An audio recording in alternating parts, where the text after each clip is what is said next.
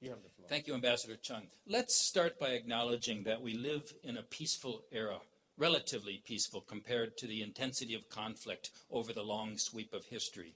Notwithstanding the violence that we see every day in Syria, Iraq, and Yemen, the conflict in Ukraine, and the civil strife elsewhere in the world, both the number and intensity of wars has been in a steady decline in recent decades.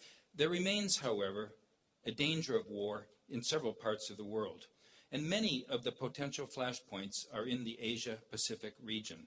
One such flashpoint is the Indian subcontinent, where nuclear arms competition accelerates against the backdrop of terrorist activity, creating the specter of a nuclear terrorism nexus. As I spelled out in a book published earlier this year, a new India-Pakistan crisis is one terrorist attack away from erupting. If Pakistan-based terrorists with links to intelligence agencies conduct another atrocity like the one in Mumbai in 2008, India is likely to respond forcefully. If such an Indian response involves a military incursion, Pakistan has indicated it may respond with new battlefield-use tactical nuclear weapons. India's nuclear policy, in turn, calls for massive retaliation in response to any nuclear attacks on its forces. In maritime Asia, disputes over contested seas and territories could spark conflict in several places. Armed actions in support of Chinese claims to the Japanese-administered Senkaku Islands, also known as the Diaoyu Islands, are one such source of concern. In May, a Chinese fighter jet flew within 30 meters of a Japanese surveillance aircraft, for example. The same month, China sent over 100 vessels to territorial waters claimed by Vietnam. When a Chinese ship rammed and sank a Vietnamese fishing vessel, it sparked deadly anti-China protests in Vietnam. At the IISS Shangri-La Dialogue in June, the U.S. Defense Secretary bluntly described China's behavior as destabilizing unilateral actions. The PLA Deputy Chief of Staff in turn accused the United States of hegemonism. China's unilateral declaration last November of an air identification zone over disputed territory heightened tensions, adding a new spatial dimension to the dispute. International commentary focused on the way that the new zone overlapped Japan's AIZ, covering the Senkakus. Less well reported was that China's declaration also included Eodo, which is claimed by Korea. Seoul played down the issue, but launched an air and sea military exercise near the island to demonstrate that it did not recognize China's claims. The Korean Peninsula itself is a much larger potential flashpoint. Further provocations by North Korea could spark an escalating conflict. The most likely epicenter of conflict is again the seas along the northern limit line. The world was reminded of this tinderbox again this month when a North Korean patrol boat violated the de facto border and drew fire. That this occurred just 3 days after the olive branch that was waved by 3 senior North Korean officials in a visit to Incheon arouses perplexity as to North Korea's intentions. The Republic of Korea has sought to strengthen deterrence by announcing that it will respond to further provocations immediately and with disproportionate force. Over the past 4 years, this deterrence posture has been effective. One wonders, however, how far escalation might spiral if North Korea's untested, young, and unpredictable leader makes the wrong decision. Kim Jong-un's disappearance from public view for 40 days this autumn sparked speculation of internal trouble in the North. Much of the speculation turned out to be false, but there is reason to anticipate political implosion in North Korea, a country that cannot feed itself and whose system is founded on contradictions cannot last forever. Collapse of the North Korean regime and the ensuing breakdown of political and social order could be the most worrisome flashpoint for conflict in East Asia if it leads to uncoordinated interventions by South Korea and America on one hand and by China on the other. So there's a dire need for prior consultation and planning among these parties, something that Washington and Seoul have been seeking for years with unrequited fervor. Getting back to the northern limit line, China is itself a potential belligerent. It was reported this past spring that North Korea had leased fishing rights to Chinese fishermen in South Korean waters. Consequently, during the crabbing season, the ROK Coast Guard seized several Chinese boats that violated the line. I think they were probably innocent parties exploited by North Korea.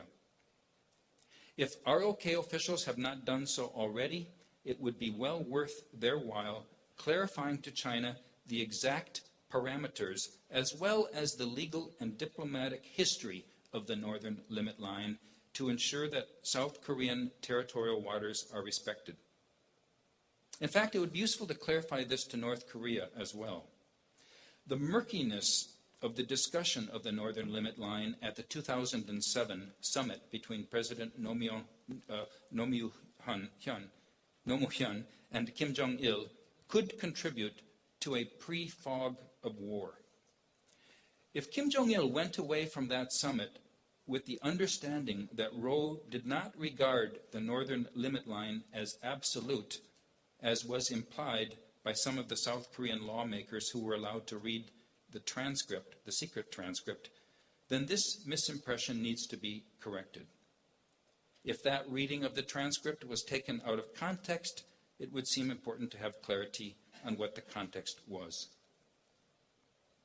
The theme of my talk is to argue for transparency and confidence building.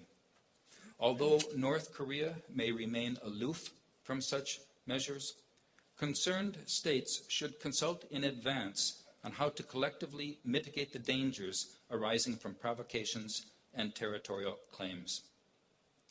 To mitigate the potential for conflict, Asian states should draw lessons from the experience in Europe, where the parties engaged in conventional confidence and security building measures that enhanced transparency and reduced risks of misperceptions.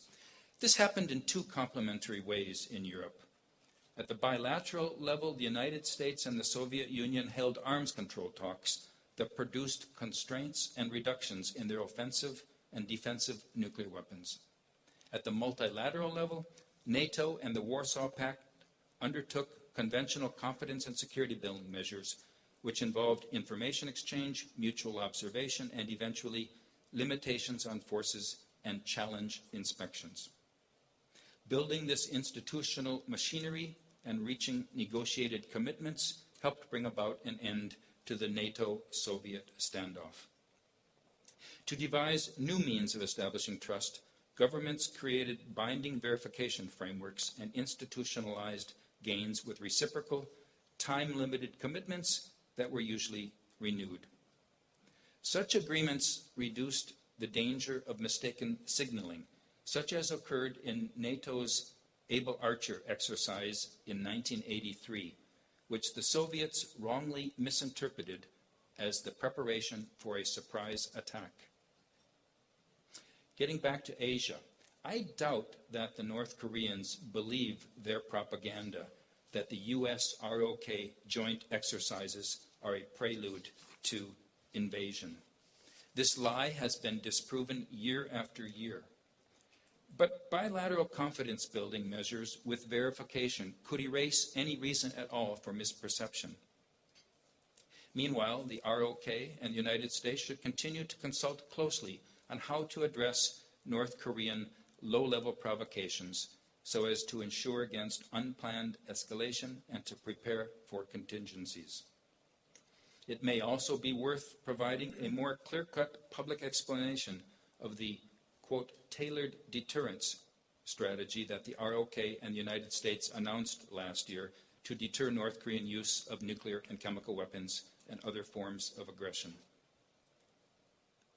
The United States is the security linchpin for the Republic of Korea and for many other states in the Asia-Pacific. Security will be enhanced, however, if consultations and cooperation extend beyond the bilateral relationships with Washington. Philippines President Aquino, for example, has advocated closer security ties with Japan. He and Singapore's foreign minister expressed support for Japanese Prime Minister Abe's effort to allow the exercise of collective self-defense, an effort that resulted in a minor change this past summer. Several other Asian countries are reportedly privately supportive of Abe's initiative, but publicly cautious. To me, it's regrettable that not all U.S. allies share this view currently. Legitimate concerns about apparent efforts to whitewash misdeeds of the past should not overshadow the benefits of cooperation to overcome security threats of the present.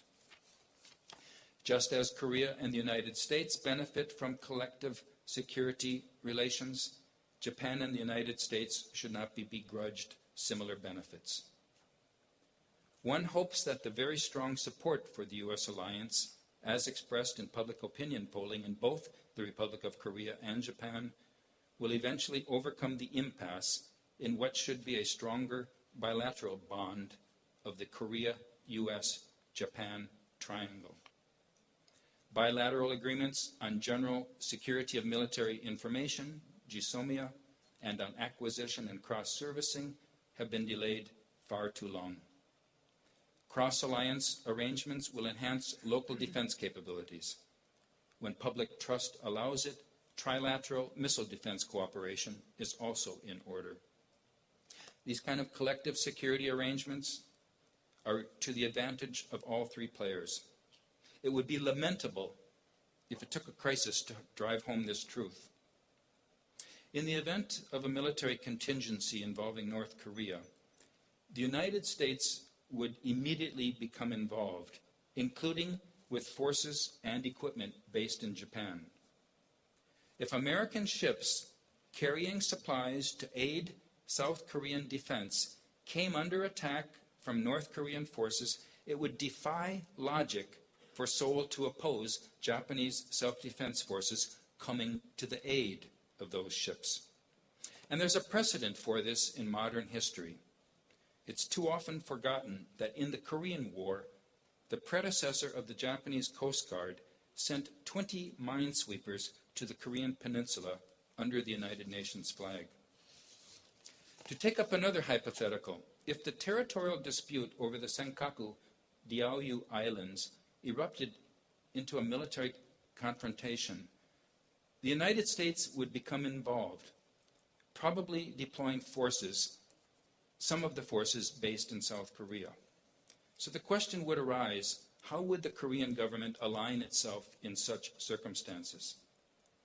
I don't know if this question comes up in bilateral planning talks between the United States and South Korea, but I think it should.